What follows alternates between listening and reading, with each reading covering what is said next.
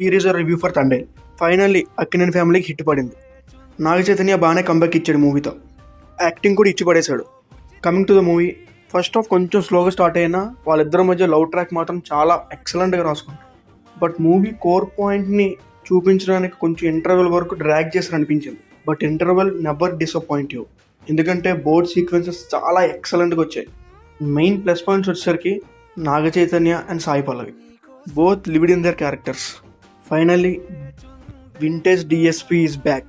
మామూలు కొట్టలేదు బీజిఎం వల్ల చాలా సీన్స్ ఎలివేట్ అయ్యాయి. కమింగ్ టు సెకండ్ హాఫ్, చాలా పాజిటివ్స్ ఉన్నాయి సెకండ్ హాఫ్లో. మూవీ వెళ్తున్న కొద్దీ ఒక హై వస్తుంది. పాకిస్తాన్ జైల్ సీన్స్ కానీ, వాఘా బార్డర్ సన్నివేశాలు కానీ చాలా బాగా వచ్చాయి. బట్ వాఘా బార్డర్ సీన్స్ అయితే ఒక్కొక్కడికి గూస్ బంప్స్ వస్తాయి. పాకిస్తాన్ జైల్ సీన్స్ అయితే కొంచెం కమర్షియల్ ఎలిమెంట్స్ యాడ్ చేశారు, but that help to the movie. And finally టైటిల్కి జస్టిఫికేషన్ ఇచ్చేలా ఒక సీన్ రాసుకున్నారు, అది కూడా వర్కౌట్ అయ్యింది బాగానే. నాకైతే మూవీ నచ్చింది. It's a decent watch.